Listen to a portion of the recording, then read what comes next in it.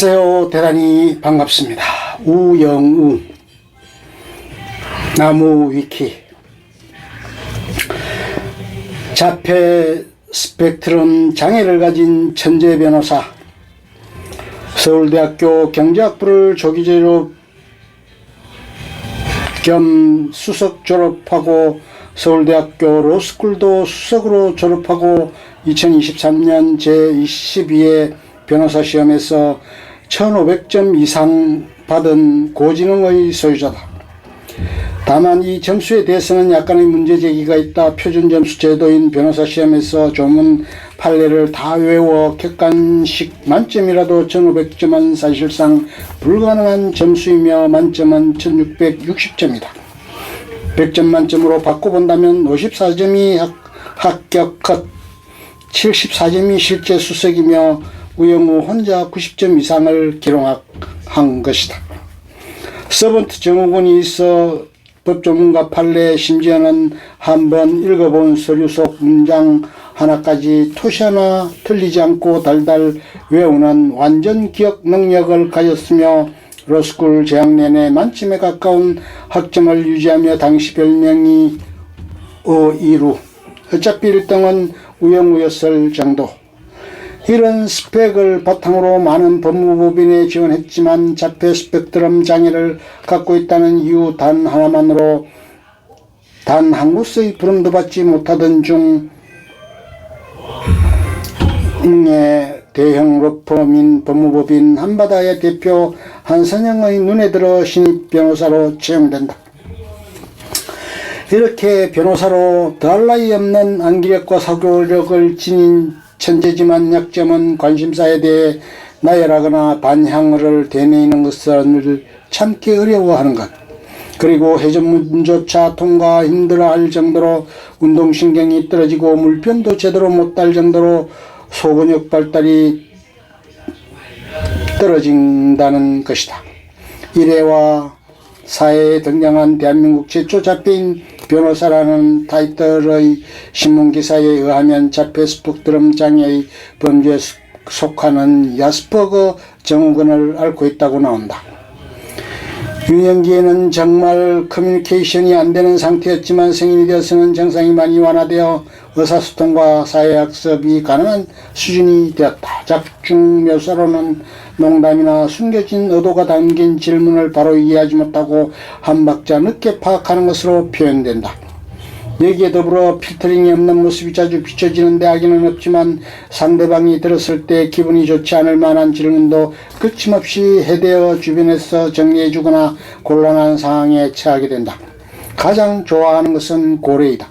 집안의 물건도 고래로 도배되어 있으며 집 밖에 나와서도 온갖 사물을 보며 고래를 연상하곤 한다.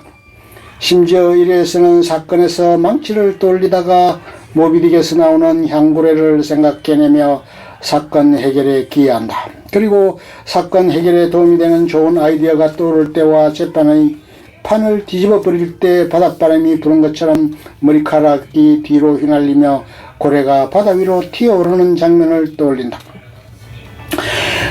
고래 이야기만큼 좋아하진 않지만 회문들을 나열하는 것도 좋아한다. 아침에는 항상 우영우 김밥을 먹습니다. 김밥은 먹음직스러워요. 재료를 한눈에 볼 수 있어 예상 밖의 식감이나 맛에 놀랄 일이 없습니다. 가장 좋아하는 음식은 김밥이와 유사한 김초밥, 노리마키도 좋아한다. 사실 좋아하는 것을 넘어 거의 다른 음식은 거의 입에 대지 않고 몇 끼니 김밥으로 해결한다. 실제로 자폐인의 경우 대부분 과민한 감각기관으로 인한 패닉을 자주 보이는데 미각에 있어서도 이와 마찬가지 혀가 예민한 자폐인에게 예상하지 못한 맛이 느껴지는 음식은 비유하자면 걸어가다가 누가 입에 갑자기 식초를 때려 넣는 것이나 마찬가지다. 김밥은 먹기 전에 재료를 직관적으로 볼 수 있고 미리 맛을 예상할 수 있기 때문에 문제가 없는 것. 김밥을 먹기 전에 속재료가 모두 보이도록 정렬한 후 먹는 것도 이 때문이다. 다만 모든 자폐인이 이런 것은 아니다. 오히려 김밥은 맛이 꽤 강하고 너무 다양한 재료가 들어있고 재료가 잘게 썰려있는 특성상 내부 재료의 상태, 신선도 등을 알기 어려워 맛 예측이 힘들기에 대부분의 자폐스펙트럼 환자가 기피하는 식품이다. 유영우는 항상 같은 방식으로 만든 이 김밥에 익숙해져 있어서 혹은 어떤 다른 이유에서 김밥은 괜찮은 것으로 보인다. 이 회에서는 아버지 구광호가 김밥 속 재료인 햄을 다른 종류로 바꿨는데 시각으로 구분하지 못했다가 미각에 예상치 못한 자극이 오자 매우 싫어하며 변화를 거부하는 장면이 나온다. 다만 친구 동그라미의 집에서 잠시 신세를 졌을 때 동그라미가 계란 프라이와 볶음김치만 넣은 사각김밥을 만들어주자 햄이랑 시금치랑 조린 우엉 등 다른 재료들은 어디 있냐고 한 소리 했지만 막상 먹어보니 맛있어서 잘 먹었다. 이때 맛있게 먹으면서도 이상해라고 웃으면서 조커를 하는 여유도 보인다. 사람이 많고 시끄러운 지하철이나 길가에서도 헤드폰을 착용하고 고성을 내며 싸우는 소리나 근총서기 소리에 상당히 괴로워하는 모습을 보인다. 그래도 좀 위축되는 것을 빼면 발작하진 않는 정도로 꽤나 안정적인 편이다. 비슷한 이유로 회전문과 엘리베이터를 사용하는 것을 힘들어하고 자동차 사고나 자살 시도 행위 등 과격한 트라우마가 남을 만한 장면을 보면 귀를 꾹 틀어막고 발을 동동 구르며 소리를 지른다. 하지만 이준호 덕분에 많이 나아진 편이다. 후각도 예민한 것으로 보인다. 6회에서는 재수행과 함께 권준호 변호사를 찾아갈 때 노숙자로 보이는 남성을 마주치는데 냄새가 고약했는지 남자들보다 코를 더 격하게 찡그린다. 암산 실력도 좋은 듯하다. 11회에서 재판 도중 5,000원을 3등분하면 얼마냐는 연구들의 대화에 1666.6666이라고 대답하는 장면이 나온다. 사물의 미세한 차이를 파악하는 능력도 월등하다. 5회에서는 재판 중 똑같아 보이는 두 기도 안에서 서로 다른 부분들을 단숨에 캐치해냈으며 12회에서는 오락실에서 이준호와 함께 틀린 그림 찾기를 하는데 눈으로 대충 썩 긁어보더니 이준호가 손 쓸 틈도 없이 몇 초 만에 끝내버린다. 한바다 출근 첫날부터 빌딩 입구의 회전문을 통과하지 못해 고생하다 준호의 도움으로 가까스로 들어온다. 정명식 변호사 사무실에 찾아가 자기소개를 할 때 본인의 이름이 똑바로 읽어도 거꾸로 읽어도 우영우라고 설명하는데 평소 자기소개를 할 때 늘 같은 방식으로 해왔던 것으로 보인다. 제 이름은 똑바로 읽어도 거꾸로 읽어도 우영우입니다. 기러기, 토마토, 스위스, 인도인, 별똥별, 우영우, 역삼역.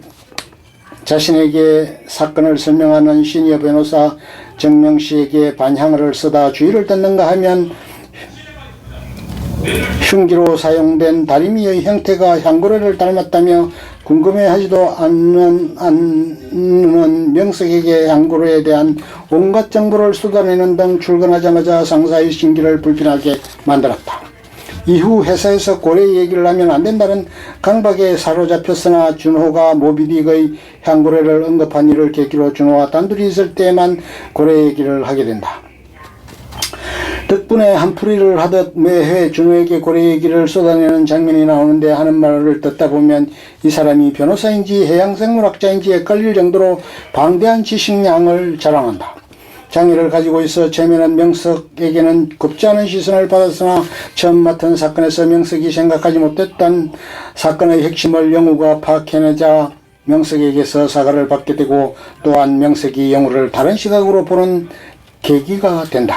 이때 영우는 향고래 문제를 내며 무게에만 초점을 맞추지 말고 푸에린 고래는 애초에 알을 낳을 수 없다는 핵심을 봐야 한다는 것을 설명한다. 첫 재판 현장에서 지나친 긴장에 사로잡혔으나 모두 진술에 앞서 자신의 장애를 솔직하게 고백한 것을 계기로 탄력받아 무리 없이 재판을 완수해 실력을 증명해낸다. 모든 진술에 앞서 양해 말씀드립니다. 저는 자폐 스펙트럼 장애를 가지고 있어 여러분이 보시기에 말이 어눌하고 행동이 어색할 수 있습니다. 하지만 법을 사랑하고 피고를 존중하는 마음만은 여느 변호사와 다르지 않습니다. 변호인으로서 피고인을 도와 사건의 진실을 밝힐 수 있도록 최선을 다하겠습니다. 대기업 자제끼리의 결혼에 관한 송사가 진행된다.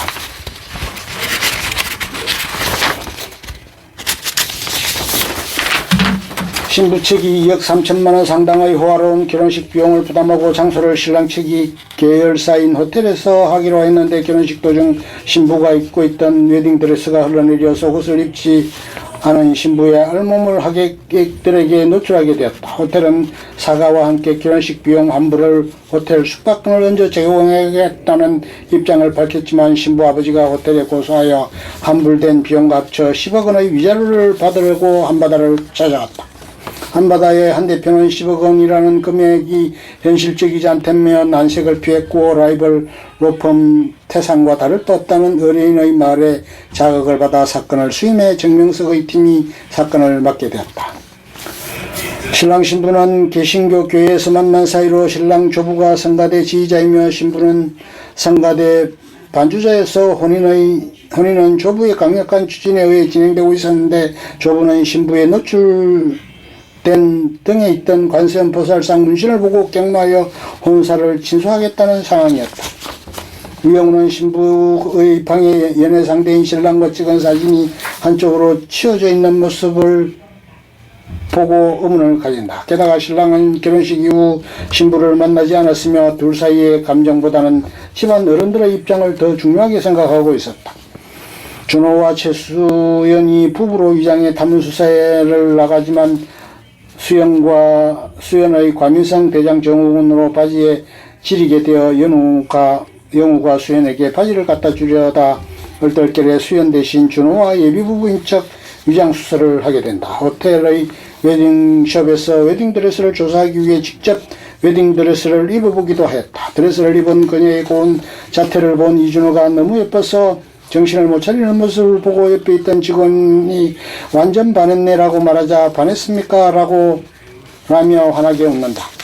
그리고 단문조사가 계속된 끝에 신부가 결혼식 이후 정신과 상담을 받았다는 것과 혼인의 신랑의 조부와 신랑 신부 간의 토지 정여 계약이 기해 있다는 사실을 알게 된다. 한바다는 결혼이 망쳐져 이 정여 계약이 깨진 것을 이용해 위자료를 최대한 이끌어내보려고 하지만 갑자기 신부가 판사에게 소치하를 선언한다. 내막인 즉 신부는 도덕심이라는 본명을 가진 불교 신자였고 부모님을 따라 교회에 다니다가 20대 초반에 불교의 교리에 감화돼 불상문신까지 하게 된 것. 그런데 법정의 아버지 앞에서 레즈비언으로 커밍아웃까지 하고 결혼은 사랑하는 사람과 하겠다며 재판이 끝나게 된다. 이를 본 금민우가 와우하고 중얼거리는데 옆에 있던 우영우도 이를 따라한다.